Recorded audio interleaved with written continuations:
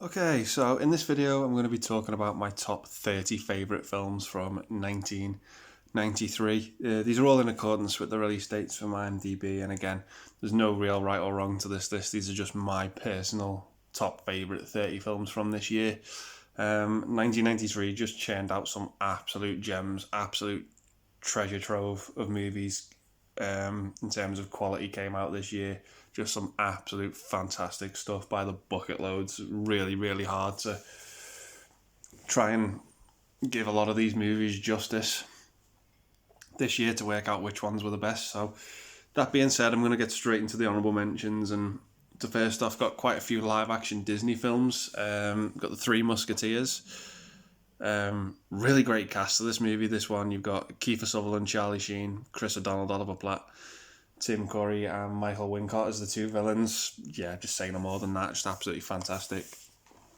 Next honourable mention for me is Homeward Bound, a great adventure film about these three pets that get separated from their owners and try and find their way home. Cool Runnings, really great sort of underdog story. This about the Jamaican bobsled team, one of John Candy's last films as well. Hocus Pocus, this is the last live action Disney film I've got, but yeah, really great family fun film about these three witches that sort of come back to life and try and suck the life force out of children so they can live forever. Just a really, really fun sort of film. Great film to watch at Halloween. Coneheads, not a great film, but there's some good stuff in there to enjoy. It sort of follows this family of aliens that come to America and to try and get work and stuff like that, learn about planet Earth. But Dan Aykroyd's great in this film. Chris Farley in there as well. But yeah, as I said, not a great film, but still enjoyable. Next honourable mention for me is In the Name of the Father with Daniel Day-Lewis. It's a really good drama film.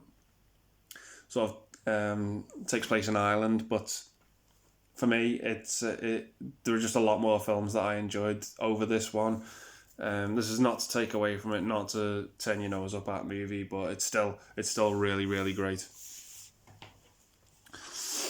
Fearless with Jeff Bridges, just a great movie that sort of gets under your skin and gets into your mind about, sort of follows the events after this plane crash. And Jeff Bridges, who's one of the survivors. Just really makes you think, that film.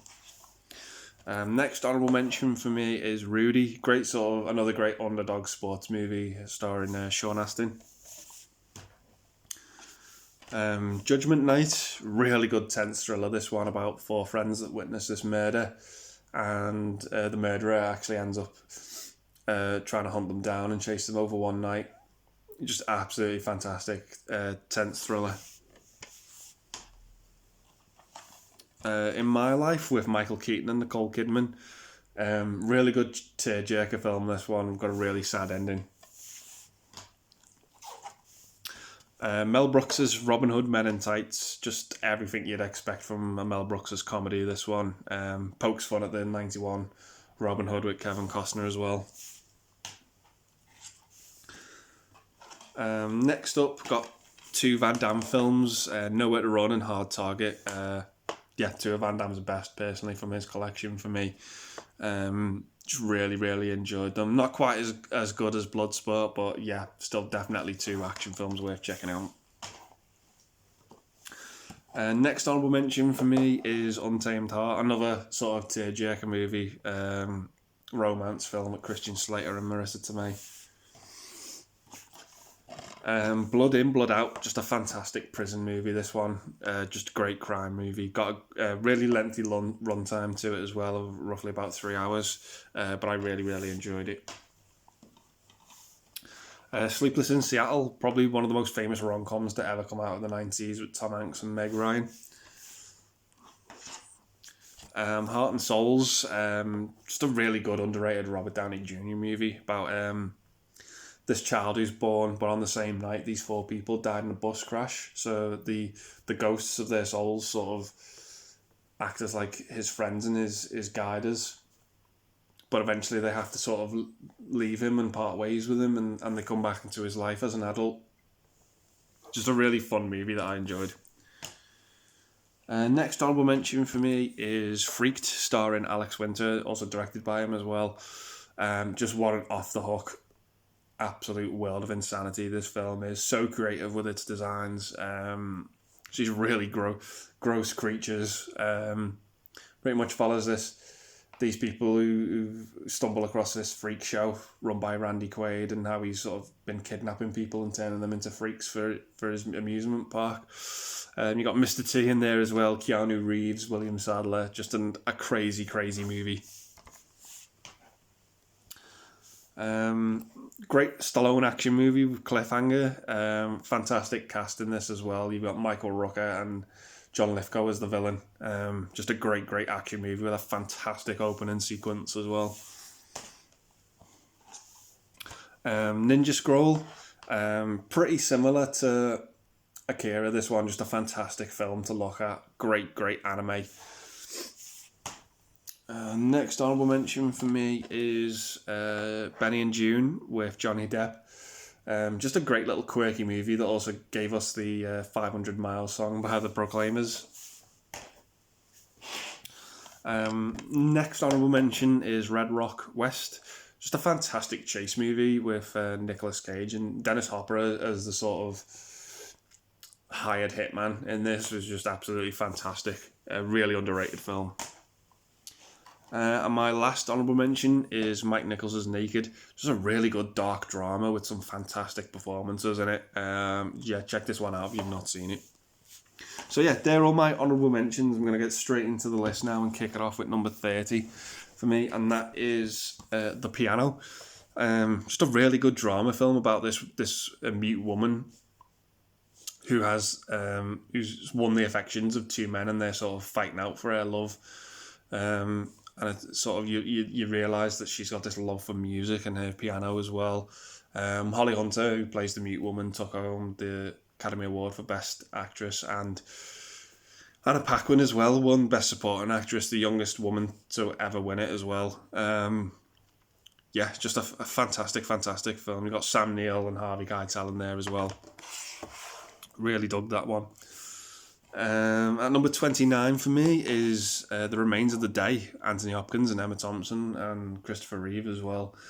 Fantastic drama film. Follows this butler who's really loyal to his employers, but he finds out that his employers are Nazi sympathisers. But it just leads to just some fantastic, fantastic drama. Great performance by Anthony Hopkins. So coming up next for me at number 28 is Gettysburg. Fantastic, fantastic war epic taking place at the American Civil War. Great cast. You got Tom Berenger, Jeff Daniels, Martin Sheen as well. The film itself, fuck me, the film just feels longer than the actual war itself. The runtime's about 4 hours, but I didn't feel bored at all while watching it. It just absolutely is totally engaging and just historically educational as well about the war. I learned things I didn't know, but it's just absolutely epic in every sense of the word. Just a great war film. So coming up next for me, number 27 is What's Eating Gilbert Grape. Just another great sort of family drama with Johnny Depp and sort of what he's going through. Like, he's having affairs with older women. His mum's really, really overweight and can't leave the house, and he's got a handicapped younger brother, played by Leonardo DiCaprio. In the hands of a less talented actor, that role could have been a disaster, but it's one of DiCaprio's best roles, in my opinion. One of his first really early role for him as well. Massively, massively enjoyed this one. So coming up next for me, at number 26, is Robert Altman's Shortcuts. Similar to his film Nashville, this film doesn't really have much of a plot. It just sort of follows different events of different people. Got a fantastic cast with Julianne Moore, Robert Downey Jr., Tim Robbins. Huey Lewis is also in this as well. Just a great setting as well. It takes place in Hollywood. I just really, really dug the movie. It's about 3 hours long, but as I said, I just really, really enjoyed it. The runtime didn't really bother me at all. You don't really notice it. So coming up next for me, number 25 is Martin Scorsese's The Age of Innocence. Great period drama. Whenever I'm watching videos about Martin Scorsese or like his top 10 favourite films, or you can catch loads of those on YouTube, this film is never ever mentioned, and it pisses me off so much because it's so good. Just absolute underrated gem from him. Probably because he's not renowned for this type of genre. This is really the only film he's sort of really done in that realm. But yeah, it follows. You've got a great cast with Daniel Day-Lewis, Michelle Pfeiffer, and Winona Ryder.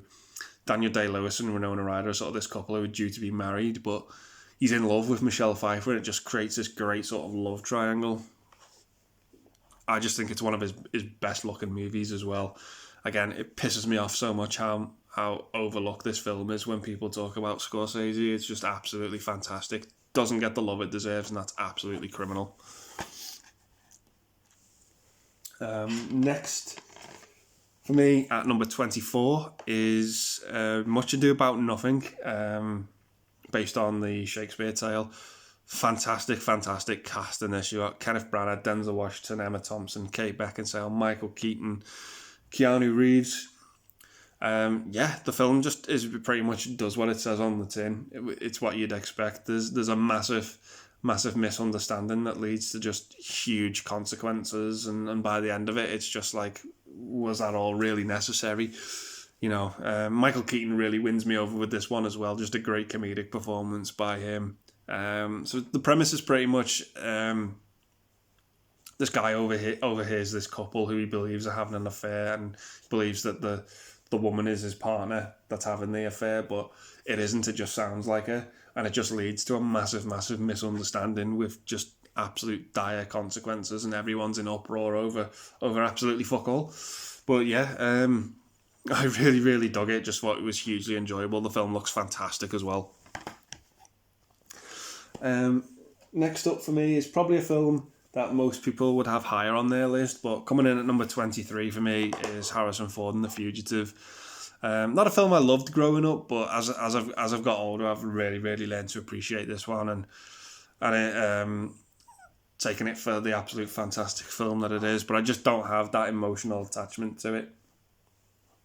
But yeah, it follows a man played by Harrison Ford who's framed for the murder of his wife. He escapes during transit on his incarceration, and the Secret Service are just pretty much after him for the entire film, and it just leads to just fantastic sequences and a fantastic suspenseful thriller. Tommy Lee Jones is in this as well, leading the hunt for Harrison Ford. Took home the Oscar for Best Supporting Actor as well. Yeah, just it gets better the more and more I watch this film. Really enjoy it. So coming up next for me, at number 22, is Menace to Society. Just a great crime drama movie. Some fantastic violence in this as well. Leads to a really uncomfortable watch involving a murder that takes place at a convenience store. And the aftermath of that is just really uncomfortable. But if you like films like Boys in the Hood, this is definitely one to check out. It's just a great, fantastic film. Uncomfortable watch, but totally worth it. Next for me at number 21 is Bill Murray in Groundhog Day. Just a fantastic little comedy movie about this news reporter who gets stuck in this loop of having to repeat the same day over and over again. Can't really get out of the loop, but it just leads to just some absolutely fantastic creative ways in which he comes up to commit suicide. It just really injects the movie with this dark humour. But I really enjoyed it. It makes for great repeated viewings as well. So coming up next to me at number 20 is one of my favourite Western films, and that's Tombstone. With Kurt Russell and Val Kilmer. Just a fabulous supporting cast as well. With Sam Elliott, Bill Paxton, Billy Bob Thornton, and one of my favourite actors, Powers Booth. Sadly no longer with us, along with Bill Paxton, just gone way too soon. But yeah, this is just an absolute gem of a Western. All the tropes are in it, just fantastic characters, fantastic performances, and just an overall fantastic film that I just really enjoyed. So yeah, coming up next to me at number 19 is Clint Eastwood in The Line of Fire. Just a great suspenseful movie. Just a really good underrated thriller in my opinion. Follows Clint Eastwood, who's this Secret Service agent who's on duty to protect the president. And we find out that he actually was in the Secret Service as well when Kennedy was in office, but unfortunately Kennedy was assassinated, and it sort of deals with the aftermath of that as well, about how he sort of didn't do his job properly and let the country down. We got a fantastic villain in this as well, played by John Malkovich, who's just super, super creepy. But yeah, I really, really enjoyed this film. Great thriller. So coming up next for me is a film actually that was directed by Clint Eastwood this year and stars him as well. A Perfect World. Also starring Kevin Costner as well. Just a fantastic crime drama film that I really enjoyed, following this escaped convict played by Kevin Costner who kidnaps this orphan. And they sort of form this bond during the kidnapping while they're on the run, and they sort of realise they have more in common than they actually thought. I just thought this was a great, fantastic film. I absolutely enjoyed it. Looks fantastic as well. Yeah, I just got so much enjoyment out of it. Just thought it was a great film. So coming up next for me, the number 17 spot is Richard Linklater's probably coming-of-age masterpiece, Dazed and Confused. Again, not much of a plot to this movie, similar to his film Slacker. It just sort of follows groups of people during this one night that sees them celebrating the end of school. The standout performances to me are Matthew McConaughey, probably one of his first movie roles, and you've got Ben Affleck as well, who's just like this absolute tit of a bully. Just two actors that I'm not big fans of, but in recent years I've just seen them totally turn their careers around and just make some fantastic work. You know, Matthew McConaughey as an actor has just completely changed my opinion of him, and Ben Affleck as a director as well. You know, movies like Argo and The Town just absolutely blew me away. But yeah, this was like a real good starting point for them. Massively enjoyed it. So coming up next for me, at number 16 is a film I just absolutely fucking love. And that's Joe Dante's Matinee. Easily Joe Dante's most underrated film. Pretty much, I find that this film is so relevant to today when Joker came out. Because what makes me think of that is the film follows this director played by John Goodman, who's releasing his new low-budget horror film called Mant. And he's trying to promote the movie in this small town, but the town people just don't want the movie to be seen by anyone. They just want to get the film banned and completely get rid of it without even actually having seen it, which is kind of similar to what happened with Joker. Like, people just wanted that film banned and didn't want it to be viewed by anyone without actually having seen the movie.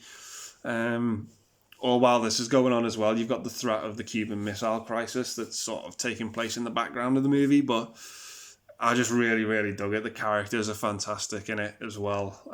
Really great looking film. Looks fantastic on Blu-ray, this film as well. Really underrated movie. John Goodman's great in it as well. Just a fantastic Joe Dante movie. You know, famous for Gremlins and Inner Space and Small Soldiers as well, which isn't actually bad. But yeah, I completely dug it. It ticked all the boxes for me, and I just had a ball watching it. So coming up next for me, at number 15, is a bit of a guilty pleasure action movie, and that's Demolition Man with Sylvester Stallone and Wesley Snipes. It sort of sees this yin and yang of good and evil at the beginning of the film, where the sort of they come to a head, but it leads to this disaster. I won't spoil the film because it does become a bit of a plot point later on in the beginning, but it leads to a bit of the disaster between the villain and this agent played by this cop played by Sylvester Stallone, and both of them end up getting frozen in time because of what happened and what it led to. And Simon Phoenix, played by Wesley Snipes, actually gets thawed out in the future, but because he's such a violent criminal and the way society has evolved, they just haven't got the tools or the knowledge that they're equipped with to sort of deal with such a violent criminal, because everything's so calm and peaceful in the future. So they end up thawing out Sylvester Stallone's character to try and bring him down. I just absolutely dug it. Not a great movie, but it's got some great moments in it. The big moment for me is probably the praying question this film asks is, how do you wipe your arse with the 3 seashells? If you've seen the film, you'll know what I'm on about. But yeah, just a great fun action movie. So my next pick is sort of a similar film with Arnold Schwarzenegger. So coming in at number 14 for me is Last Action Hero. Just a great action movie that sort of makes fun of the genre. It's not for everyone, but I massively enjoyed it. Saw it when I was younger on TV. Again, it was one of those films that I saw on TV and didn't catch the title of, because the title of the film is never actually said or presented in the film at any point. So it sort of follows this young lad called Danny who just sort of skives school to go to the cinema and watch movies, and the projectionist there gives him this magic ticket, which actually allows him to sort of jump into the film he's watching. And he jumps into this new movie called Jack Slater 4, played by Arnold Schwarzenegger, and just gets wrapped up in that. We get to see the kid inside of the movie, and then we get to see him outside in the real world with Arnold Schwarzenegger. And Charles Dance in this movie as well is just absolutely great as the villain. I just really dug this action movie. It's got all the buddy cop movie tropes in it as well that I absolutely enjoyed. Yeah, just fantastic. Not a great movie. It's not for everyone, as I said, but I got a lot of enjoyment out of it. So coming up next for me, number 13 is a fantastic drama film called Philadelphia, with Tom Hanks and Denzel Washington and Antonio Banderas. I just dug this movie, what it was all about. Follows Tom Hanks' character, who's pretty much fired from this firm that he works for because he has AIDS and because he's gay. And you've got Denzel Washington as this lawyer he's homophobic, but he agrees to take on this case that Tom Hanks has for being wrongfully dismissed from his business that he worked for. And just powerhouse performance by the two leads in this. Tom Hanks won his first Academy Award for this film, which he was going to win as well next year for Forrest Gump. Only one of 2 actors to do that, the other being Spencer Tracy, to win 2 Oscars for Best Lead on The Bounce. But yeah, the main song as well by Bruce Springsteen is just haunting, and it's just a beautiful song that I really dug. Yeah, just a fantastic drama film. So yeah, coming up next for me, number 12 is a film starring Robert De Niro, also directed by him as well, and that's A Bronx Tale. It's a fantastic drama movie about a mob boss who sort of takes under his wing this young lad, but his father as well just does not want him to be part of that world. His father's all about, working through life the honest way, and you put hard work in, you'll reap the rewards. He just wants to earn money the honest way. He's a bus driver in the film, but he completely just does not like this mob boss that his son's hanging out with, which is sort of the first half of the movie. But the second half of the movie, for me, just sort of turns into this Romeo and Juliet story, which I really dug and really found interesting. Touches on race a bit as well, and crime gangs. Got a cameo as well at the end from Joe Pesci. Just a great performance from him as well. Yeah, underrated in my opinion. This one doesn't get a lot of love, but it totally deserves it. It's just a fantastic movie.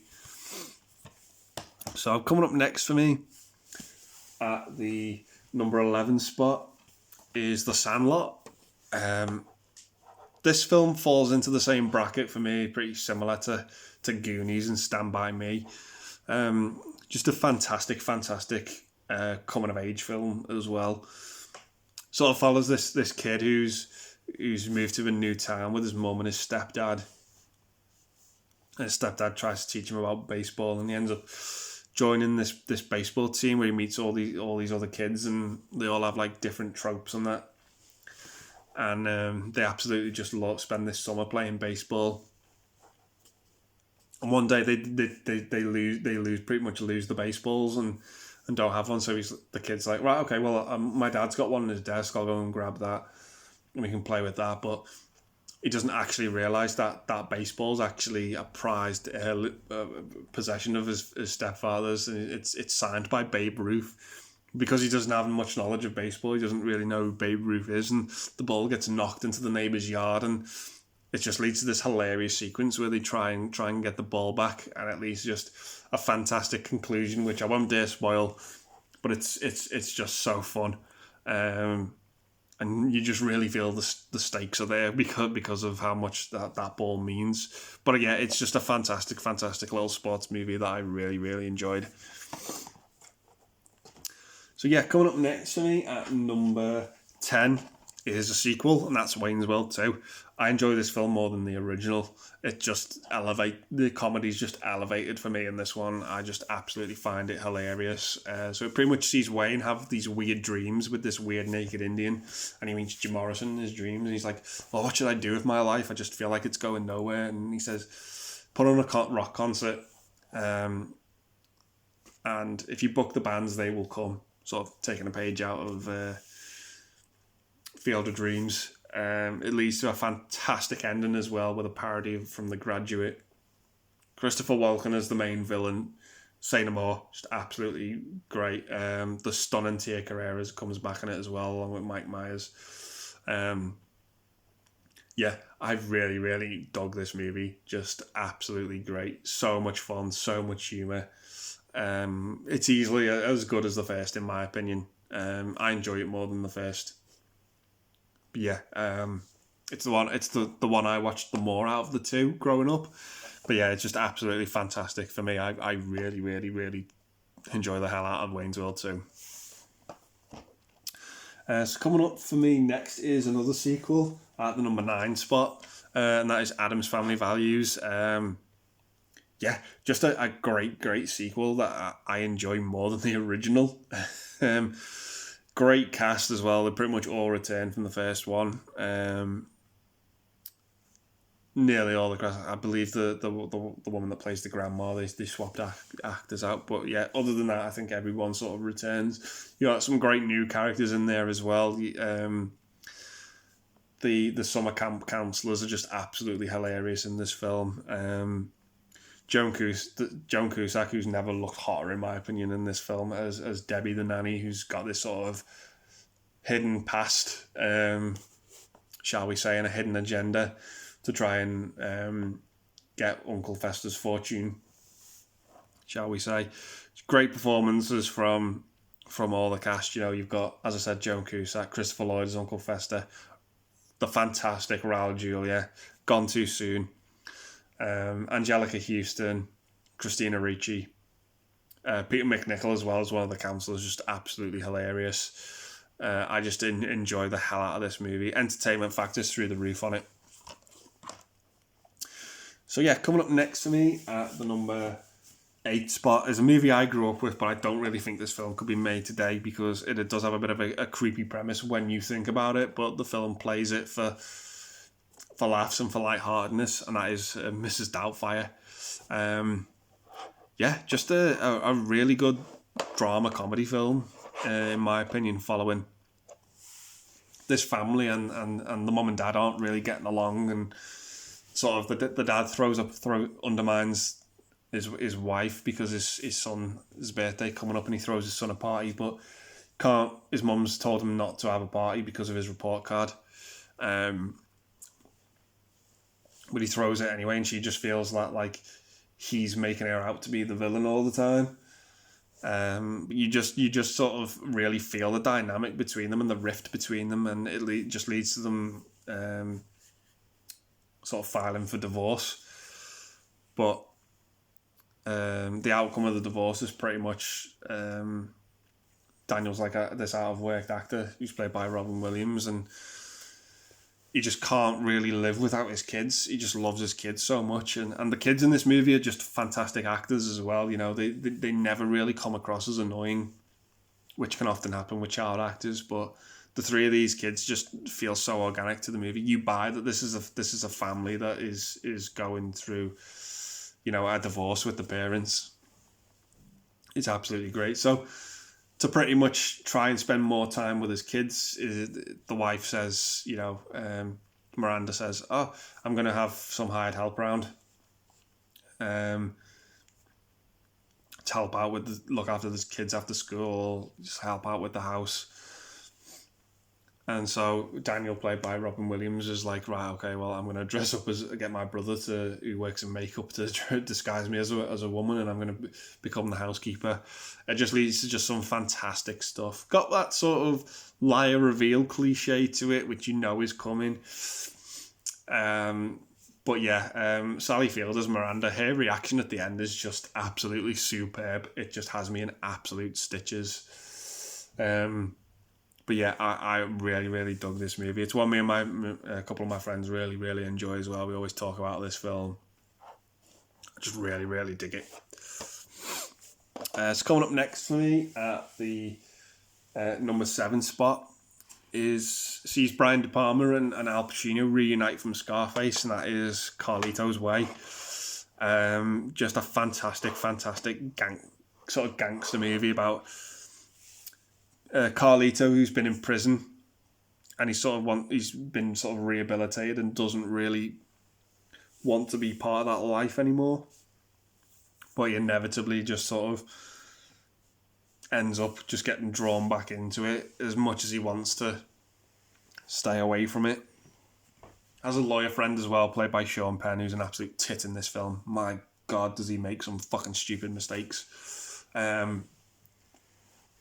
He just lets his ego get the better of him, Sean Penn, in this film. He's just totally just king tit of this movie.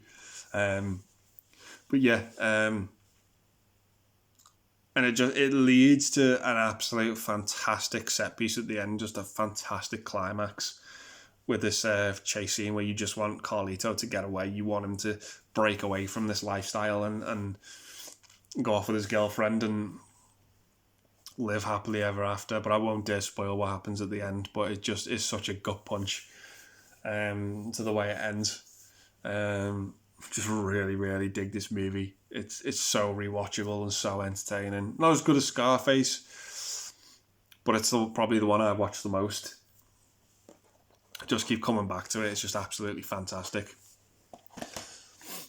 So coming up next for me at the number 6 spot is a film I hold very, very dear to my heart, and that is the Tim Burton produced Nightmare Before Christmas. Why I hold this film so dear to my heart is because it's the earliest film I can ever remember seeing first at the cinema. I just really, really enjoy this film. It sort of starts off with this introduction to this Halloween town and this Halloween world where everyone just sort of oozes and celebrates Halloween each year. And you sort of find out that there's other sort of alternative worlds where they just sort of celebrate different holiday seasons. And Jack Skellington, who's like the king of Halloween Town, he's just fed up of it and just longs for something else in his life. And he ends up stumbling across the Christmas version, and he just sort of wants to introduce that and inject that into the Halloween Town and learn all about Christmas and celebrate Christmas. But it leads to just some absolute dire consequences, and you know, it's the two worlds sort of at the end sort of happily coexist with each other. It's just really, really satisfying. Yeah, the animation in this is absolutely stellar, and it just looks absolutely fantastic on Blu-ray as well. Check this one out if you've not seen it. I've really, really enjoyed it. So coming up next to me at number 5 is one of Joel Schumacher's best films, in my opinion, and that's Falling Down with Michael Douglas. Just what a great character study this film is about a man who has sort of completely dropped out of society and just feels totally lost in it and just can't really find a place there because it's been taken away from him. And it just leads to just some fantastic set pieces in this film as well.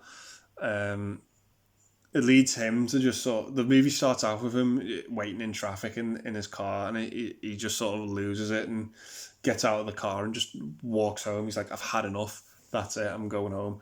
And just all the adventures he gets into on the way home and scenarios he ends up in are just absolutely great. You've got the scene with the Korean store owner. You've got the scene where he bumps into the Nazi, which is my least favourite part of the movie.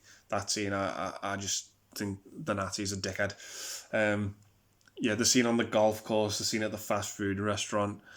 I absolutely just dig everything this movie's about. The scene where he sort of stumbles across this gangland site as well, and he's just sitting there, and they tell him, you've got to pay a toll. And he just absolutely has none of it. And all that he's trying to do is get home, celebrate his daughter's birthday, but there's a bit of a secret there as to what the scenario is, but it's absolutely great. Robert Duvall as well as the cop, who's on his last day before he retires, dealing with it. It's just absolutely great. One of my favourite Joel Schumacher films and favourite performances from Michael Douglas. Just really enjoyed this film. So coming up next for me at number 4 is a movie I first watched, and I went into it totally blind and didn't have an absolute clue what I was getting myself in for. That is Tony Scott's True Romance, written by Quentin Tarantino.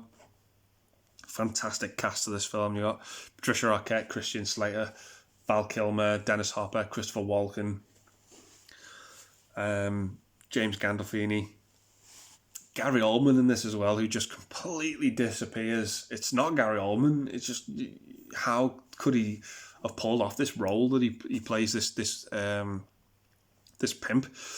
And it's just like, you can never ever you'd never ever have pegged Gary Oldman to play that role, but he just pulls it off. He's terrifying in it as Drexel. So it sort of follows this guy who works at this comic book store, and his boss gets him a call girl for his birthday, and they end up falling in love, and he goes around to the pimps to try and get her stuff, but he picks up the wrong bag. It leads to an absolute fantastic, terrifying sequence. Picks up the wrong bag, and it's got about $250,000 worth of cocaine in it, which he tries to sell to this movie producer through connections he's got. And it leads to an absolutely fantastic climax, which I won't dare spoil, with this movie producer, who I absolutely love in the film. He's an absolutely fantastic actor, and it just leads to a fantastic sequence with some great dialogue that I just absolutely enjoy. The payoff at the end is so good as well. Just absolutely fantastic from everyone involved in the film, from all around. Brad Pitt's in there as well. It's absolutely hilarious as a stoner who just doesn't know what fucking day it is. I really dug it. It's so much fun. Coming in at number 3 for me is, in my opinion, Steven Spielberg's masterpiece. That is Schindler's List. Just an absolutely fantastic film. Very difficult to watch. It doesn't have much rewatch value, but when you only really need to see it once to feel the impact of this film. It pretty much tells the tale of Oscar Schindler, who sort of used a business of his as a front to sort of protect and keep in work these Jews who were essentially just going to get murdered by the Nazis. Fantastic performance from Gary Oldman. Not Gary Oldman, sorry. Liam Neeson. Got Gary Oldman on the mind from True Romance. But Liam Neeson as Oscar Schindler, and you've got his sort of opposite, which is played by Ralph Fiennes, who, for Ralph Fiennes' own safety, thank God this film did not come out when the internet existed, because he just would have been hounded for life for his role in this film. Just absolutely despicable human being. Murdered Jews for fun. One of the harrowing scenes for me in this film is the scene with the worker, the Jewish worker who makes the hinges. they say to him, how fast can you make a hinge? And he's like, he makes one really quick and it works. And then he's like, but you've been at work since 6 this morning and you've only produced such few hinges. So they take him out and shoot him, but none of the pistols and guns work, and that's what ends up saving his life, just pure chance. And it's just horrible to watch. Like, how the hell can these people exist? The Nazis, just absolute fucking garbage human beings. But yeah, I believe if social media was around when this film came out, Ralph Fiennes would have been absolute. There would have been a fucking manhunt for him for playing this role, which I believe is totally wrong. But it's just testament to how good how good he is as an actor. It's up there with his performance as Voldemort for me. It's just absolutely great, and Steven Spielberg's masterpiece in my opinion. Not my favourite Spielberg movie. I'll get into that in number 2. But definitely, in my opinion, hands down, his best movie. It's never ever really been topped. So coming up at the number 2 spot for me is Spielberg's other film that he released in 1993. Sort of described this, making these 2 films as pretty much being bipolar. And that is the first Jurassic Park movie. Just what an absolutely stunning, fun movie to watch. The quintessential dinosaur movie. Whenever you think of dinosaur movies, this is the one that jumps to mind. None of the sequels, in my opinion, to come out ever top this movie.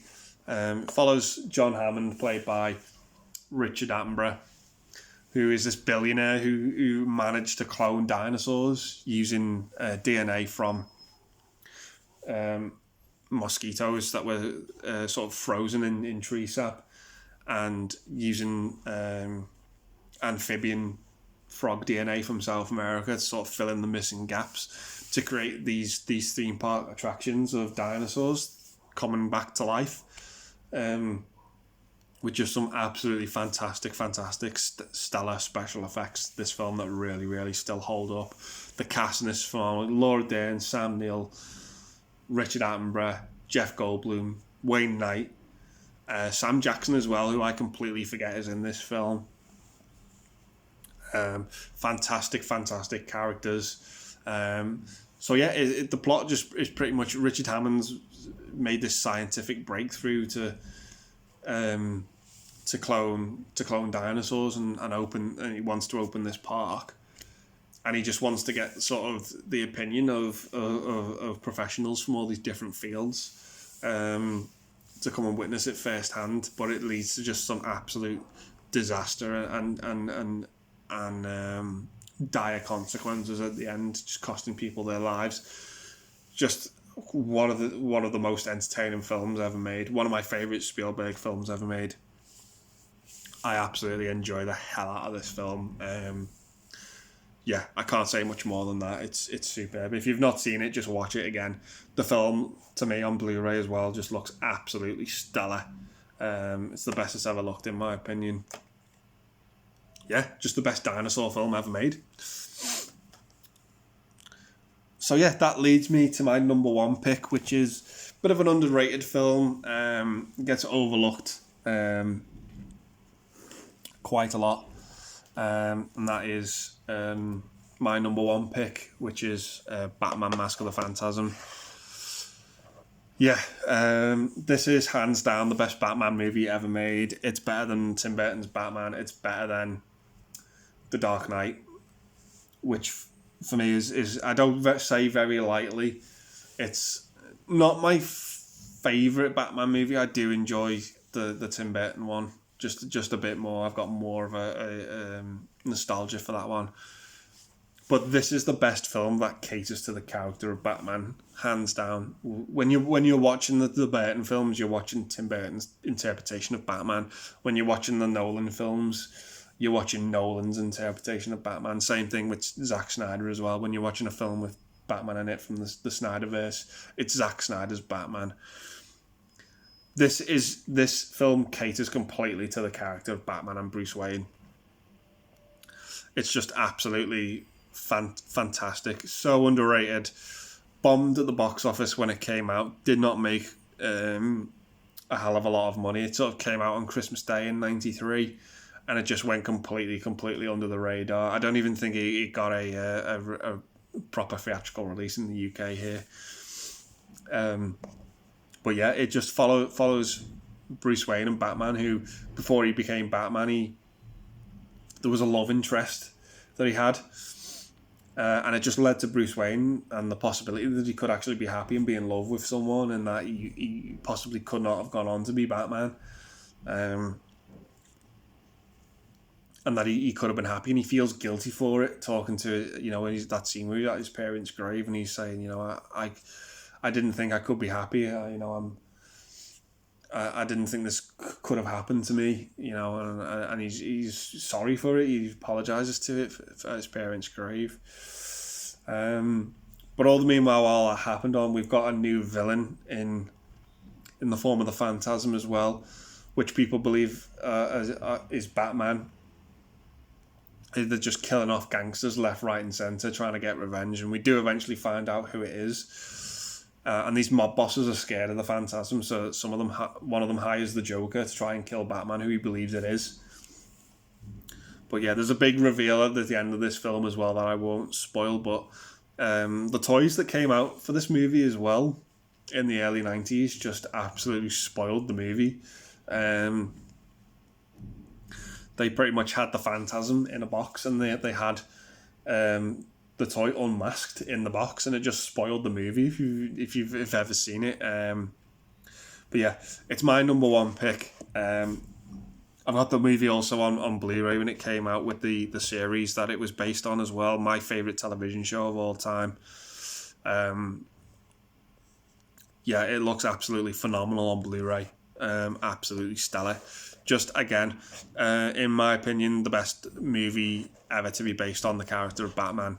It just does him total justice. Not a long movie as well. It's not even 80 minutes, but it crams and such a large amount of information in such a short space of time, and it doesn't feel rushed. It doesn't feel overcrowded at all.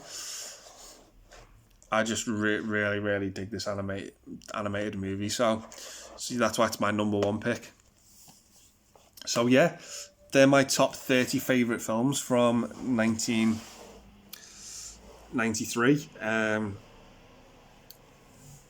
Just another year with an absolute stellar collection of movies that it gave us. So yeah, I'm going to leave it there.